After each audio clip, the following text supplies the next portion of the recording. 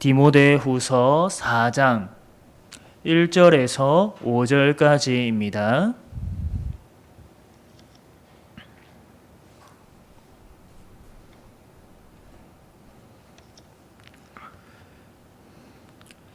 신약성경 346쪽에 있습니다.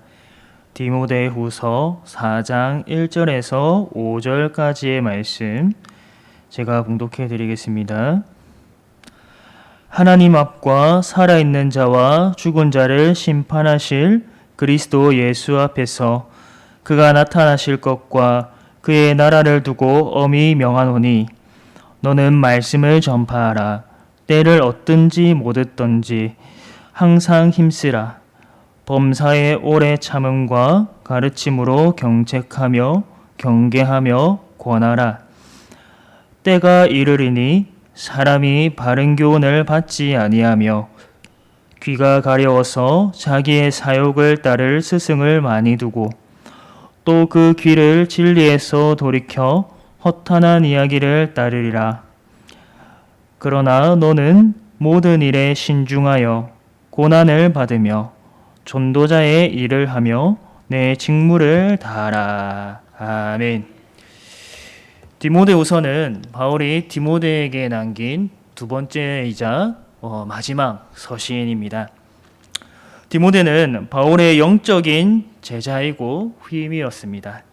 그런데 오늘 본문은 디모데를 향한 마지막 서신 가운데에서도 그를 향한 마지막 권면이자 부탁의 말씀입니다. 그리고 바울의 서신 중에서 가장 마지막 서신을 이 디모데 후서로 봅니다. 그의 인생 마지막에 쓰여진 서신입니다. 마지막에 마지막이니까 어떤 말을 전하겠습니까? 꼭 전해야 될 말, 반드시 그에게 남기고 싶은 말을 전할 것입니다. 디모데가 사역하는 데 있어서 이것만은 꼭 기억해 주기를 바라는 마음에 그 권면을 했을 것입니다. 그렇다면 바울은 마지막에 자신의 후임에게 영적인 제자 디모데에게 어떠한 권면을 남겼을까요? 오늘 설교의 첫 번째 요점은 바로 이것입니다. 설교자는 말씀을 전파해야 합니다. 오늘 본문에서 바울이 디모데에게 하는 권면을 설교자로 적용해서 말씀을 전하고자 합니다. 설교자는 다른 무엇을 전하는 것이 아닙니다. 하나님의 말씀을 전파해야 됩니다. 본문 1절에서 2절 말씀 우리 함께 읽어보겠습니다. 1절에서 2절입니다. 시작. 하나님 앞과 살아있는 자와 죽은 자를 심판하실 그리스도 예수 앞에서 그가 나타나실 것과 그의 나라를 두고 엄히 명하노니 너는 말씀을 전파하라. 때를 얻든지 못 얻든지 항상 힘쓰라. 범사에 오래 참음과 가르침으로 경책하며 경계하며 권하라. 아멘. 바울은 디모데에게 마지막으로 어떤 권면을 하였습니까? 너는 말씀을 전파하라. 너는 말씀을 전파하라. 설교자가 말씀을 전파하는 게 당연하지 않는가라고 생각할 수 있습니다.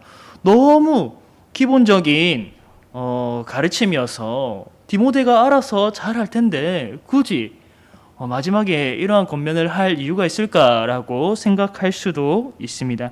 하지만 그렇게 생각하기에는 바울이 마지막에 이 권면을 너무 힘주어서 말했습니다. 1절에 보면 그가 엄히 명한다라고 합니다.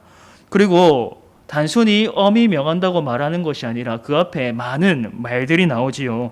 하나님 앞과 살아있는 자와 죽은 자를 심판하실 그리스도 예수 앞에서 그가 나타나실 것과 그의 나라를 두고 엄히 명하노니. 바울이 이 권면을 얼마나 중요하게 생각했는지를 잘 보여줍니다. 얼마나 그가 이 권면을 무겁게 생각했는지 우리는 잘 느낄 수 있습니다. 그는 하나님 앞에서 이 권면을 했습니다. 그리고 마지막 날에 살아있는 자와 죽은 자를 심판하실 그리스도 예수 앞에서 이 권면을 했습니다. 그가 이 땅에 다시 오실 것과 그의 나라를 두고 엄히 명했습니다. 이것은 엄중함과 동시에 긴박성을 나타냅니다. 그리스도가 다시 나타나실 때에 디모데가 직무를 잘 감당했는지 그러지 못했는지 환하게 드러날 것입니다. 바울은 이 종말의 진리를 상기시키면서 디모데가 자신의 권면을 가슴 깊이 새기도록 만들고 있습니다. 그 권면이 바로 말씀을 전파하라. 다른 것은 다 잊어도 너 가슴에 이것 하나만은 새겨라. 말씀을 전파하라. 때를 얻든지 못 얻든지 항상 힘쓰라. 범사에 오래 참음과 가르침으로 경책하며 경계하며 권하라. 왜 바울은 이러한 기본적인 권면을 했을까? 왜냐하면 그 당시에 거짓 교사가 있었기 때문입니다. 하나님의 이름으로 전하지만 말씀에 관한 내용을 전하지만 그 내용 자체가 거짓이었습니다. 디모데후서 2장 16절에서 18절에 후메네오와 빌레도라는 인물을 언급하면서 이렇게 말했습니다. 망령되고 헛된 말을 버리라. 그들은 경건하지 아니함에 점점 나아가나니 그들의 말은 악성 종량이 퍼져나감과 같은데 그 중에 후메네오와 빌레도가 있느니라. 진리에 관하여는 그들이 그릇되었도다. 부활이 이미 지나갔다 하므로 어떤 사람들의 믿음을 무너뜨리니라. 바울은 디모데가 이 후메네오와 빌레도와 같은 거짓 가르침을 전하지 않기를, 잘못된 교리를 전파하지 않기를 바랍니다. 진리의 말씀을 옳게 분별하는 자로서 하나님 앞에서 드려져야 된다라고 가르칩니다. 바울의 이 말씀을 전파하라는 엄중한 권면은 현장에서 사역하는 설교자가 들을 때에 결코 쉽지 않습니다. 하나님의 말씀을 날마다 연구하고 정진해야지 매주 돌아오는 그 설교 사역을 감당할 수 있습니다. 설교자는 다른 어떤 것보다 말씀에 정통한 사람이 되어야 합니다.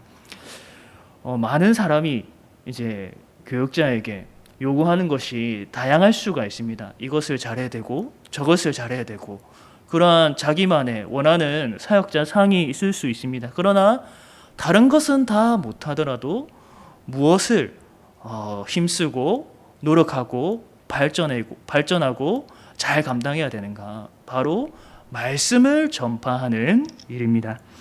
설교자는 말씀에 정통한 사람이 되어야 됩니다. 성경을 많이 아는 것도 중요한데 그것보다 더 중요한 것은 성경에 담긴 하나님의 뜻과 진리를 깨닫는 것입니다. 성경 말씀을 강단에서 읽어놓고 성경 말씀과 무관한 이야기를 한다면, 하나님의 뜻을 전하지 않는다면 오히려 그것은 성경을 주변적인 것으로 만드는 일입니다. 말씀에 담긴 하나님의 뜻을 바르게 전할 때에 비로소 참된 말씀 전파가 이루어집니다. 더 나아가서 참된 말씀의 종은 입으로만 말씀을 전하는 자가 아닙니다. 자신의 모습 가운데에서 말씀의 본을 따르는 그러한 삶을 나타내야 됩니다.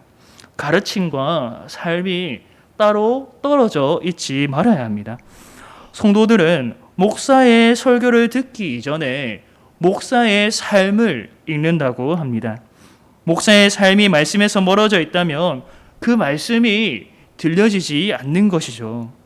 하나님의 사랑을 설교하기 위해서는 설교자가 먼저 그 사랑을 경험해야 합니다.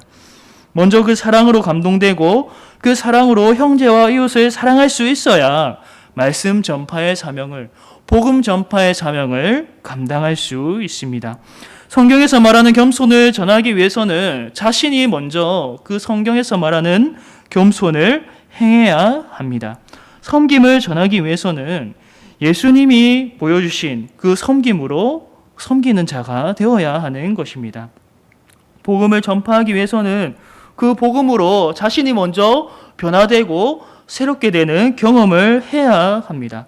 그렇기 때문에 설교자로서 살아가는 것, 그리고 말씀을 전파하는 사명을 감당하는 것은 결코 쉬운 일이 아닙니다. 말씀을 전파하라는 바울의 명령은 단순하지만 이를 완수하는 것은 굉장히 고단한 일입니다. 그렇기 때문에 바울은 하나님과 그리스도의 재림과 그의 나라를 두고 엄히 명하는 것입니다. 끝까지 이 사명을 완수하도록 디모데에게 각인시킨 것입니다. 두 번째로 성도는 말씀을 사모해야 합니다. 말씀을 전파하라는 이 사명은 이 설교자에게만 요구되는 명령이 아닙니다. 설교를 듣는 성도도 이 사명에 동참해야 됩니다. 왜냐하면 청중이 그러한 올바른 말씀 전파를 거부한다면 말씀 전파 사명이 온전히 이루어지기 어려워지기 때문입니다. 설교자는 홀로 존재할 수 없습니다. 허공에 대고 말하지 않습니다. 벽에 대고 말하지 않습니다. 분명한 청중을 향해서 말씀을 선포합니다. 그래서 듣는 회중이 존재해야 합니다. 그 말씀을 진지하게 생각하고 아멘으로 받아들이는 성도가 반드시 존재해야 합니다. 오늘 말씀 3절에서 4절에 이렇게 말씀합니다. 우리 3절에서 4절 말씀 함께 읽어보겠습니다. 시작. 때가 이르리니 사람이 바른 교훈을 받지 아니하며 귀가 가려워서 자기의 사욕을 따를 스승을 많이 두고 또 그 귀를 진리에서 돌이켜 허탄한 이야기를 따르리라. 바울이 말하는 때는 이 말세를 말합니다. 마지막 때가 가까울수록 사람들이 바른 교훈을 받지 않는다. 진리를 거부한다라는 것입니다. 불신자는 그렇다 쳐도 교회 내 청중들은 진리에 귀를 기울여야 합니다. 성도는 하나님 말씀을 사모해야 됩니다. 복음을 사모해야 합니다. 성경에서 말하는 예수 그리스도가 누구인지 늘 들어야 되고 또 들어야 합니다.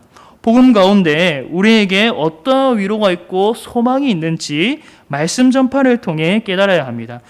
위로와 소망을 얻는 것도 세상의 가르침에서 비롯된 것이 아니라 세상 철학에서 비롯된 것이 아니라 하나님 말씀에서 비롯된 위로와 소망을 선포해야 하고 또 청중은 그 하나님의 말씀을 들어야 하는 것입니다. 이 땅에서 돈을 많이 벌고 사업에 성공하고 자녀가 좋은 대학을 가고 좋은 곳에 취업하는 것이 최고의 복이다라고 말하지 말아야 합니다. 그것도 복이겠지만 무엇보다 세상에서 잘 되는 것보다 하나님 나라에서 인정받는 백성이 되는 것이 더 중요한 복이다라고 선포해야 합니다. 하나님의 백성으로서 믿음으로 살아가서 주와 함께 고난을 받는 것도 복이다. 세상에서 주님 없이 잘 되고 승승장구하는 것보다 예수님과 함께 고난 받는 것이 영원한 관점에서 볼 때 하나님 나라에서 볼 때 더 큰 복이다. 귀한 상급이 있다라고 선포해야 합니다. 무엇보다 하나님을 알아가고 하나님과 동행하고 하나님을 닮아가는 것이 최고의 복인 줄을 우리 성도 여러분 믿으시기를 바랍니다. 그렇게 되기 위해서는 하나님의 말씀이 온전하게 전파되어야 되고 성도 여러분들이 잘 들을 수 있어야 됩니다. 순수한 복음이 전파될 수 있도록 우리는 힘써야 합니다. 그 말씀이 선포되고 가르쳐지도록 우리는 이 강단을 위해서 기도해야 합니다. 설교자 혼자서 잘할 수 있는 것이 아닙니다. 함께 그 말씀을 수호하고 전파하는 일에 헌신해야 하는 것입니다. 설교자가 그 말씀의 파수꾼이 될 수 있도록 기도해야 합니다. 설교자도 사람이기 때문에 육신의 피로를 경험합니다. 정신적으로 스트레스를 굉장히 많이 받습니다. 왜냐하면 늘 새로운 설교를 해야 되기 때문이죠. 연주자로 치면 늘 초연을 하는 그러한 입장에 있기 때문에 쉽지 않은 일입니다. 그렇기 때문에 설교자가 말씀을 잘 전할 수 있도록 격려하고 도와주어야 합니다. 설교자의 입에서 하나님의 말씀이 올바르게 선포되도록 기도하고 마음으로 중심으로 사모해야 합니다. 그럴 때 설교자는 힘을 더 얻어서 하나님의 말씀을 더욱 담대하게 전할 수 있습니다. 말씀을 수호하고 올바르게 전파하기 위해서 유용한 도구인 신앙 고백이 있습니다. 가장 원형적인 형태로 사도신경이라 할 수 있고, 우리 고신교단이 고백하는 웨스트민스터 신앙고백서, 또 대소교리문답, 또 그리고 하이델베르크 교리문답, 이러한 교리문답, 신앙고백서, 신조 등이 있습니다. 성숙한 신자라면, 또 직분자라면 이러한 것을 알고 있어야 된다라고 생각합니다. 이 교리는 다른 게 아니라 성경을 요약하고 그 핵심적인 것을 기록하고 있기 때문에 이것을 아는 것이 중요합니다.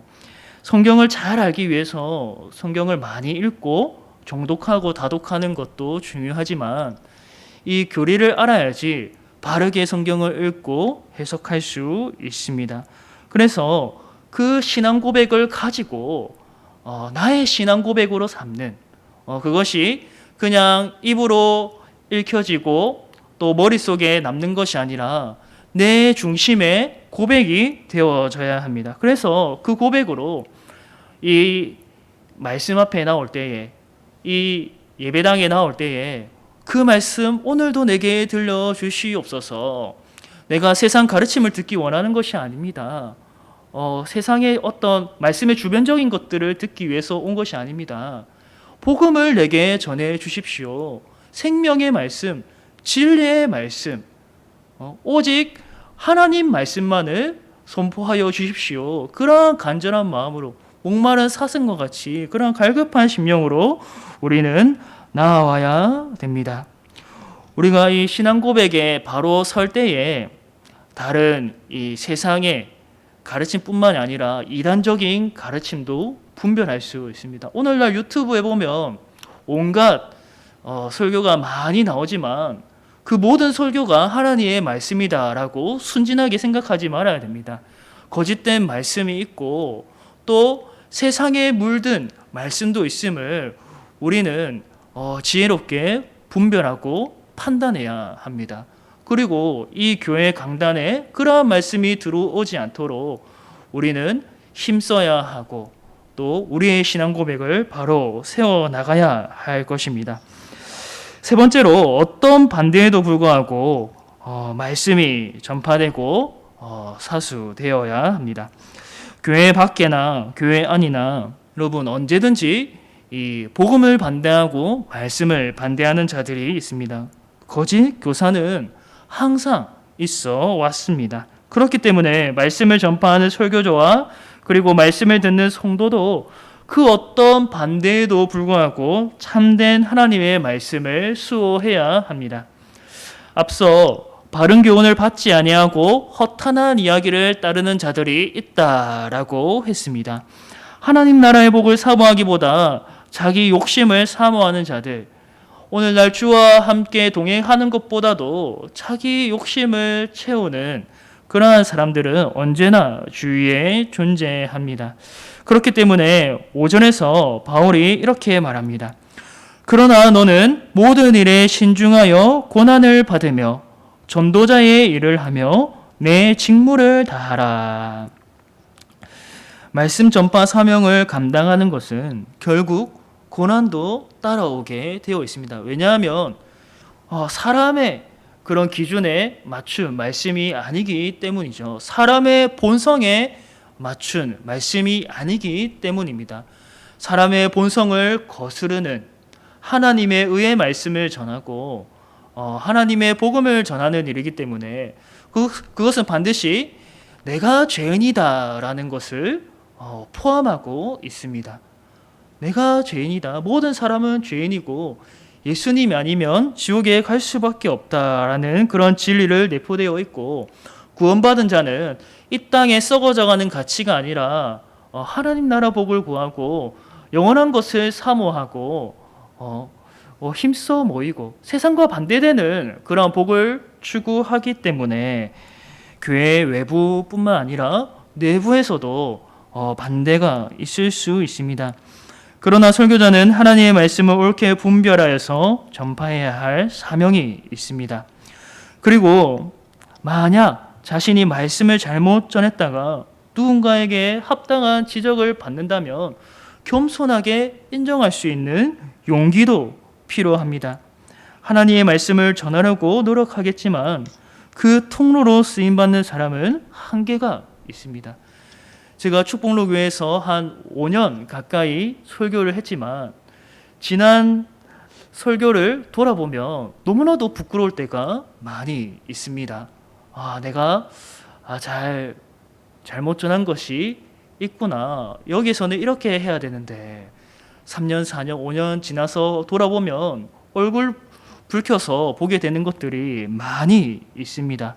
그런 것들을 계속 고쳐나가고 발전해 나가야 합니다. 그럴 경우에는 겸손히 인정하고 이를 바로잡아야지 사명을 온전히 감당할 수 있습니다.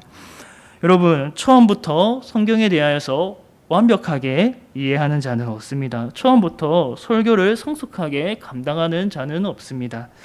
그래서 설교자가 성령의 도우신 가운데 이 일에 끊임없이 노력하며 정진해 가야 되고, 성도들도 그러한 설교자가 잘할 수 있도록, 또 잘 감당할 수 있도록 잘 들어주고 중보하며 함께 그렇게 동참해야 하는 것입니다.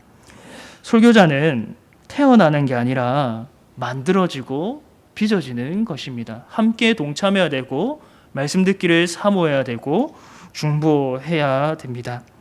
사랑하는 성도 여러분, 이 일에 우리 성도님들이 동참할 수 있기를 바랍니다. 우리 축복로교회는 다른 어떤 세상의 가르침이 아니라, 그리고 사사로운 그런 사람들의 모임이 아니라 하나님의 말씀으로, 복음으로 모이고 또 복음으로 교제하고 복음으로 위로하고 소망을 얻는 공동체가 될 수 있기를 바랍니다. 이 자리에 나올 때마다 목마른 사슴처럼 하나님의 말씀을 들려주십시오. 하나님의 사랑의 말씀, 공의의 말씀, 나를 새롭게 하고 정결하게 하고 주님의 얼굴빛이 환하게 비추어지는 말씀을 내게 전하여 주십시오. 그렇게 간절하게 기도하고 설교자를 위해서 중보하고 우리의 말씀이 더욱더 풍성해질 수 있는 그런 공동체가 되기를 주님의 이름으로 축복합니다. 이 시간 찬송가 205장 찬송하겠습니다. 205장